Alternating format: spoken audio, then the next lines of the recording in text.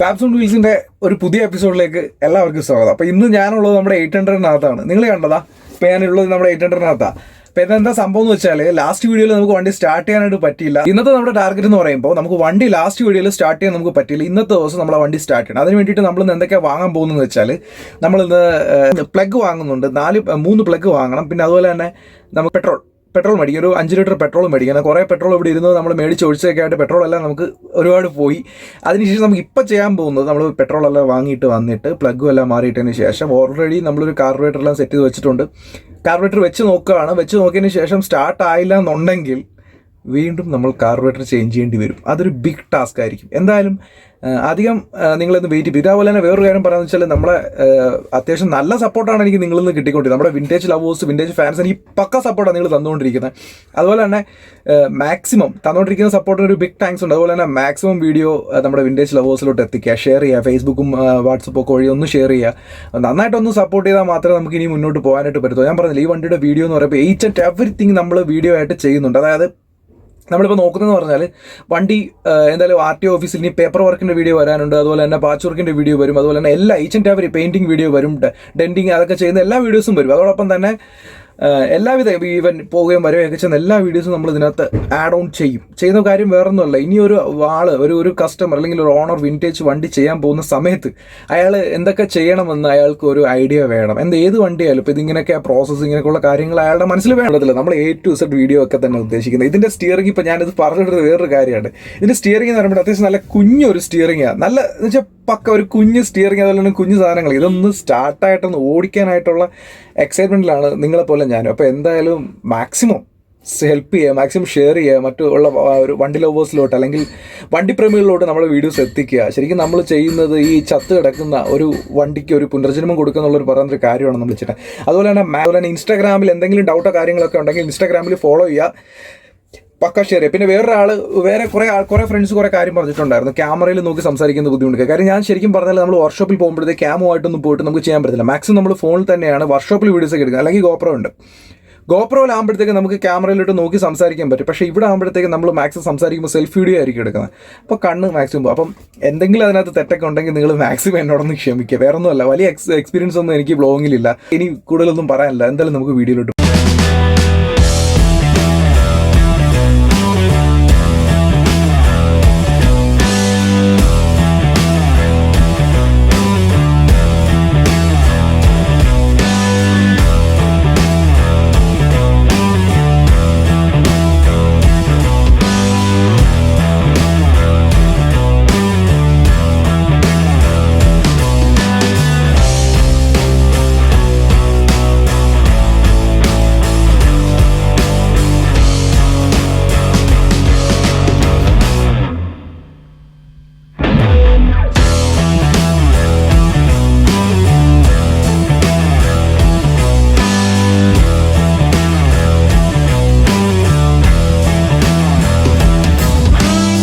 പണി തുടങ്ങാനിതാ നമ്മൾ വണ്ടിയെടുത്തുനിന്ന് പ്ലഗ് മാറാൻ പുതിയ പ്ലഗ് 3 വാങ്ങിയിട്ടുണ്ട്. ഞാൻ പറഞ്ഞില്ല, പ്ലഗ് മേടിക്കാൻ പോകുന്നു. പുതിയ പ്ലഗ് 3 വാങ്ങിയിട്ടുണ്ട്.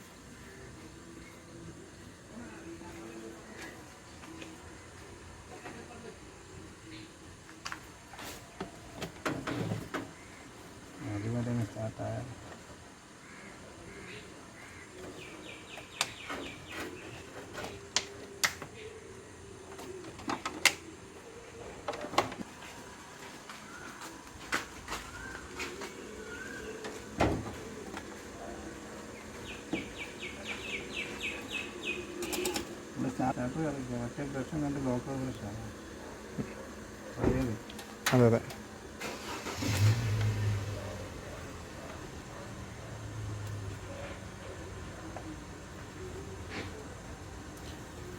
നിങ്ങളത്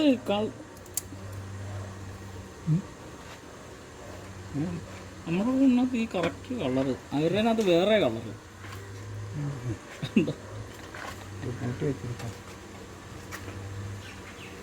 എന്താ അങ്ങനെ കറക്റ്റ് കളറ്.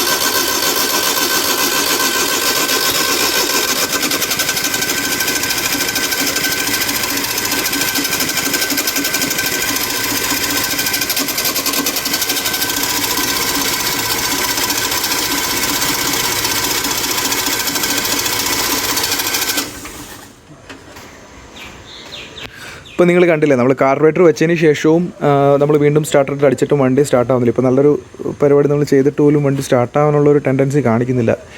ഇനിയും ദാസേട്ടൻ പോയിട്ടുണ്ട്. ദാസേട്ടൻ പോയതിന് ശേഷം എന്താ ചെയ്യാൻ പറ്റുമെന്ന് നമുക്ക് നോക്കാം. അതുകൊണ്ടല്ലേ ഇന്ന് നമ്മൾ മേടിച്ചിട്ട് വന്ന പെട്രോളാണ്. പെട്രോൾ നമ്മളെല്ലാം മേടിച്ചിട്ട് വന്നു. അതിന് ശേഷം നമ്മൾ ഈ പരിപാടിയെല്ലാം ചെയ്തു.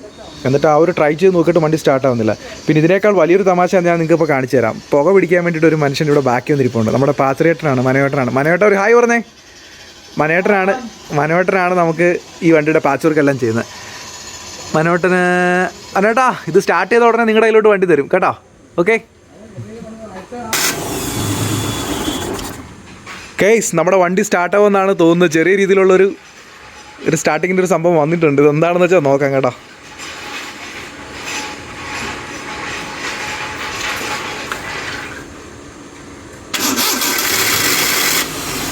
കേസ് നമ്മുടെ വണ്ടി സ്റ്റാർട്ടായി. നമ്മുടെ വണ്ടി സ്റ്റാർട്ടായി ഗേസ്. ഓയിൽ ഫിൽറ്റർ ഹോളായി, ഓയിൽ ലീക്ക് അല്ലേ? ഓയിൽ ഫുൾ ലീക്ക് ഉണ്ട് ഗേസ്. അപ്പോൾ ഓയിൽ ഫിൽറ്റർ നമുക്ക് മാറണം അല്ലേ? ഓയിൽ ഫിൽറ്റർ മാറുമ്പോൾ അത് കറക്റ്റ് ഓയിൽ ഫിൽറ്റർ അത് ദ്രവിച്ച് പോയതാണ്. ഓക്കെ, ഓയിൽ ഫിൽറ്ററിൻ്റെ ഹോൾ വീണു അല്ലേ? അത് നമ്മൾ മാറണം. വണ്ടി സ്റ്റാർട്ടാവില്ല, ഇനി കുഴപ്പമില്ലല്ലോ. ഓക്കെ ഗേസ്, അപ്പോൾ നമ്മൾ വണ്ടി സ്റ്റാർട്ടായിട്ടുണ്ട് ഗേസ്. കാര്യം അത് ചെറിയ സമയത്തേക്കാണ്. ഇത് കണ്ടോ, നിങ്ങൾ താഴെ നോക്കിയാൽ കാണാൻ പറ്റും ഓയിൽ വീണിട്ടുണ്ട്. അപ്പോൾ ഈ ഓയിൽ ഫിൽറ്ററിൻ്റെ ഈ ഒരു ഹോൾഡർ കണ്ടോ, ഓയിൽ ഫിൽറ്ററാണ്, അത് ഹോളായിപ്പോയി. അത് നമുക്കിപ്പോൾ എന്തായാലും മാറിയതിന് ശേഷം വണ്ടി ദ്രവിച്ച് ഹോളായതാണ്. അപ്പോൾ അതിന് ശേഷം വണ്ടി പക്കയായിട്ട് സ്റ്റാർട്ടാകത്തുള്ളൂ. വണ്ടി ഇപ്പോൾ സ്റ്റാർട്ടായിട്ടുണ്ട് ഗേസ്. നമ്മളിപ്പോൾ ഈ ഓയിൽ ഫിൽറ്റർ മാറാൻ പോവുകയാണ്. ഇത് ഹോളായി പോയതാണ്. ഇപ്പോൾ ദാസേട്ടന് ഓയിൽ ഫിൽറ്റർ കൊണ്ടുവന്നിട്ടുണ്ട്. ഈ ഓയിൽ ഫിൽറ്റർ നമുക്ക് മാറിയിട്ട് വേണം. നമ്മൾ വേറെ പ്രോബ്ലംസ് ഒന്നുമില്ല. മാറിയതിന് ശേഷം നമുക്ക് വണ്ടി കണ്ടിന്യൂസ് ആയിട്ട് സ്റ്റാർട്ടായി നിൽക്കും. അപ്പോൾ അതെന്തായാലും ഒന്ന് നോക്കാം. സാധനം കിട്ടി സ്റ്റാർട്ട് ചെയ്ത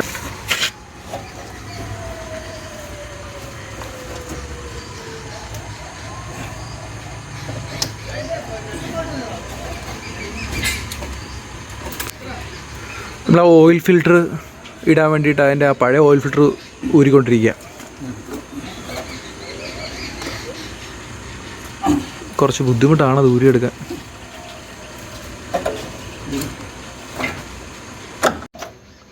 ഇപ്പോൾ നമ്മൾ ആ ഓയിലിൻ്റെ പഴയ ഫിൽറ്റർ ഊരി മാറ്റിയിട്ടുണ്ട്.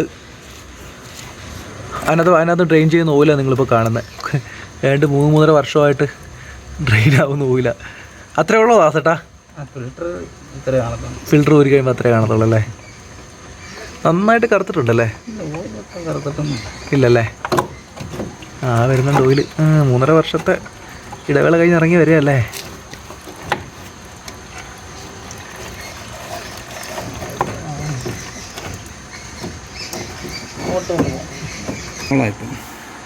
ഇപ്പം നമ്മൾ നോക്കി, ഇത് പഴയ ഇതിൻ്റെ ഓയിൽ ഫിൽറ്ററാണ്. അതിനകത്ത് ഇതുപോലെ ഉണ്ടല്ലേ, പൊടിഞ്ഞു പോയി.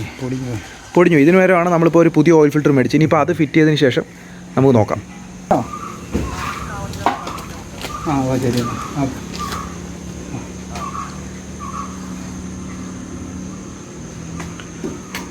പുതിയ ഓയിൽ ഫിൽറ്റർ നമ്മൾ ഫിറ്റ് ചെയ്യാൻ പോവാണേ.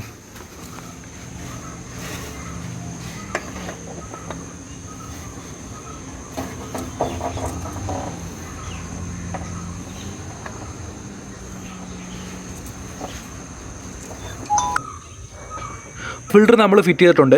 ഇനിയിപ്പോൾ ദാസേട്ടൻ വന്നു കഴിഞ്ഞാൽ നമുക്ക് ചെയ്യാൻ പറ്റുമെന്ന് പറഞ്ഞാൽ വണ്ടി സ്റ്റാർട്ട് ചെയ്യാന്നുള്ള പരിപാടിയാണ് ചെയ്യേണ്ടത്. നമ്മളങ്ങനെ ഓയിൽ ഫിൽറ്റർ മാറിയതിന് ശേഷം വണ്ടി സ്റ്റാർട്ട് ചെയ്യാനായിട്ട് പോവുകയാണേ.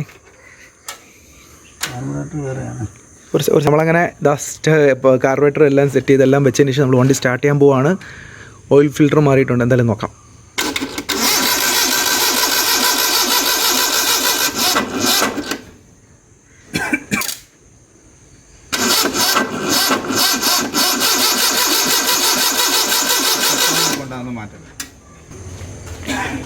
പിന്നീട് സ്റ്റാർട്ട് ചെയ്ത് നോക്കുമ്പോൾ കാണുന്ന ഈ ഇവിടുത്തെ പൈപ്പ് കണ്ടോ, ഇത് കീറിയിട്ട് പെട്രോൾ ഇതുവഴി ലീക്ക് ആവുന്നുണ്ട്. ഇനിയിപ്പോൾ ഇതിപ്പോൾ മാറ്റണം. ഓരോരോ വള്ളികളാണ് വന്നുകൊണ്ടിരിക്കുന്നത്. ഇത് കഴിഞ്ഞ് പിന്നെ എന്തായാലും ഇത് നമുക്ക് മാറ്റാം.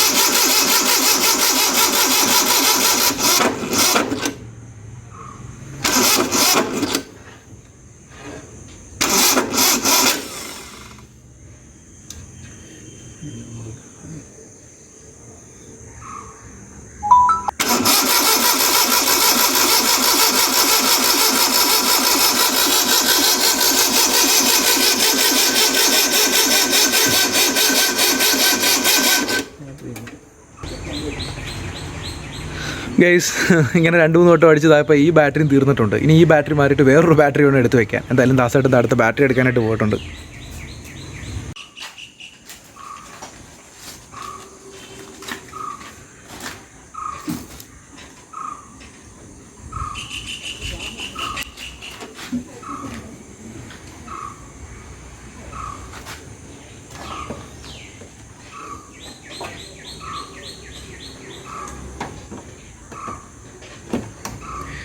അടുത്ത ബാറ്ററി കൊണ്ടുവന്ന് വെച്ചിട്ടുണ്ടേ.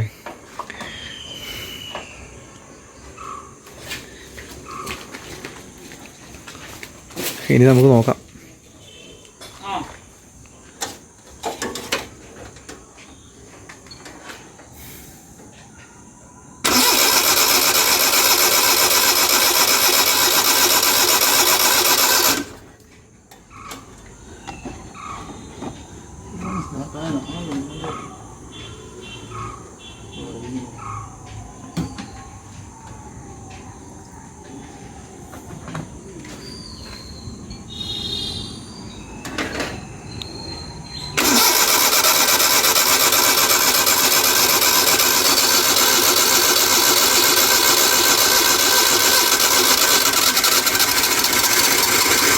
ഗൈസ്, നമ്മുടെ വണ്ടി സ്റ്റാർട്ടായി ഗൈസ്.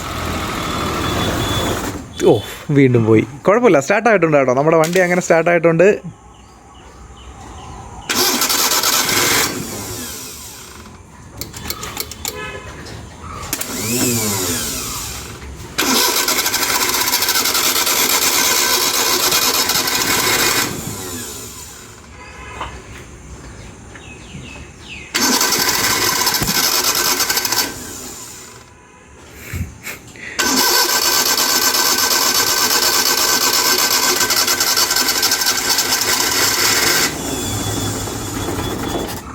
സ്ലോ സ്പീഡ് നിൽക്കുന്നില്ല അല്ലേ?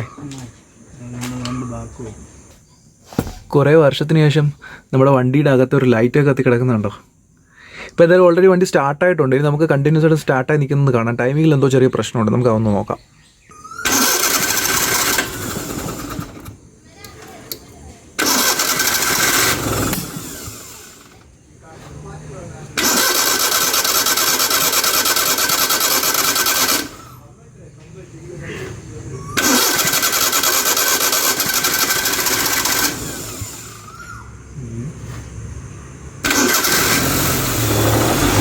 നമ്മുടെ വണ്ടി സ്റ്റാർട്ടായി ഗൈസ്.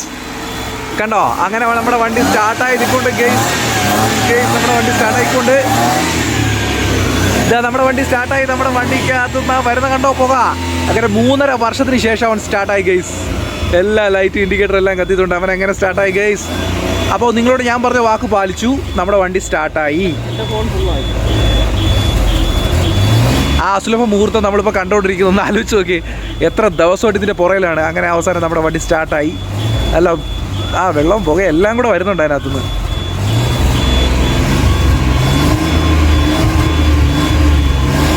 കുറേ വർഷത്തിന് ശേഷം ലൈറ്റുകളൊക്കെ ഫോർ ഇൻഡിക്കേറ്റേഴ്സൊക്കെ ഓണായി നോക്കി. അപ്പോൾ മച്ചന്മാരൊക്കെ പൊളിച്ച് കൂടെ നിന്നോ വേറെ കാര്യങ്ങളൊന്നും പറയാനില്ല. നമുക്ക് മാക്സിമം നമ്മുടെ വണ്ടി റെഡിയാക്കി പക്കയാക്കി പൊളിച്ചിറക്കണം. അതിനി നിങ്ങളെപ്പോലുള്ള ഞാനും പക്ക വെയിറ്റിംഗ് ആണ്. അപ്പോൾ ഇനി എല്ലാവർക്കും കാണുമായിരിക്കും. എല്ലാവർക്കും ഫാബ്സോൺ വീൽസിൻ്റെ ഒരു ഗുഡ് ബൈ.